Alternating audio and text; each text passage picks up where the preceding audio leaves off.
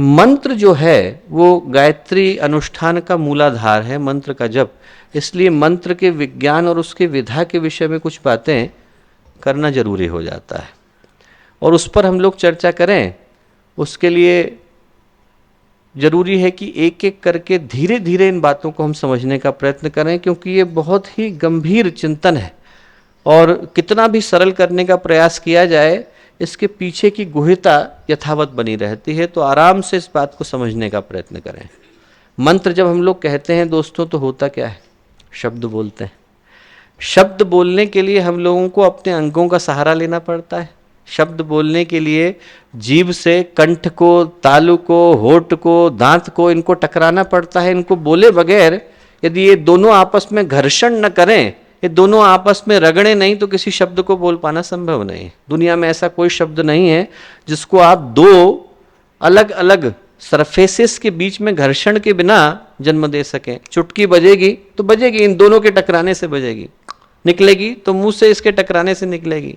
तथा दधन प फ ब भ म, आदमी बोलेगा तो टकराएगा, तब आवाज निकलेगी। और जब यहाँ से आवाज निकलती है, जब यहाँ से इन शब्दों का जन्म हुआ, तो इन अंगों से निकलने वाली जो नाड़ियां हैं और तंतु हैं वो पूरे शरीर में हमारे फैले हुए हैं, पूरे शरीर में फैले हुए हैं।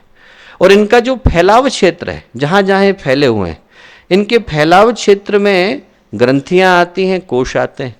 ग्रंथियां वो हैं जो दिखाई पड़ती, स्थूल ग्रंथियां हैं, सूक्ष्म ग्रंथियां हैं। ये एड्रिनल है, थायराइड है, पिट्यूटरी है, हाइपोथैलेमस है, थाइमस है। ये सारी की सारी ग्रंथियां, ग्लैंड वो हैं जिनको कि आप देख सकते हैं। फिर वो ग्रंथियां हैं जिनको कि हम देख नहीं सकते। ब्रह्म ग्रंथि है, विष्णु ग्रंथि है, रुद्र ग्रंथि है, दिखती नहीं। कोश है, अन्नमय है, प्राणमय है, मनोमय है, विज्ञानमय है, आनंदमय है, नहीं दिखते हैं। चक्र है, मूलाधार है, स्वादिष्ठान है, अनाहत है, विशुद्धि है, आज्ञा है, सहस्रार है, नहीं दिखते हैं। वो इड़ा पिंगला सुषुम्ना है, ब्रह्मा चित्रणी है, उनके साथ जो कूर्म है, ऊपर का सहस्त्रधार कमल है, कुंडलिनी की पूरी व्यवस्था है, नहीं दिखते। ये सारे के सारे जो है नहीं दिखते हैं पर उपस्थित हैं।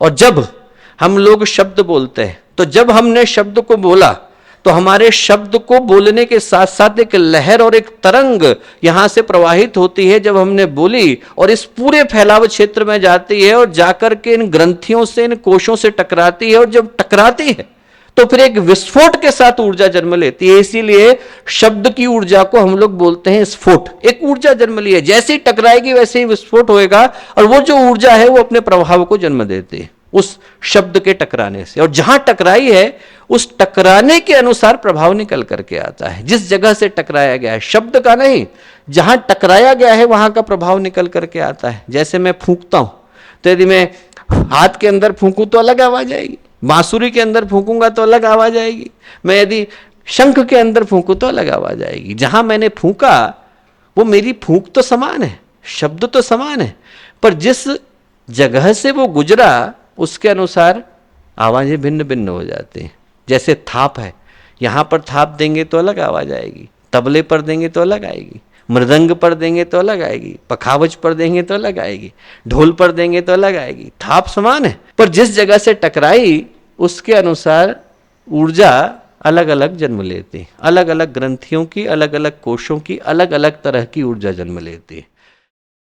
हमारे YouTube चैनल शांति कुंज वीडियो गायत्री परिवार को सब्सक्राइब करें एवं बेल आइकन जरूर दबाएं ताकि गायत्री परिवार की विभिन्न गतिविधियों की जानकारी आपको मिलती रहे।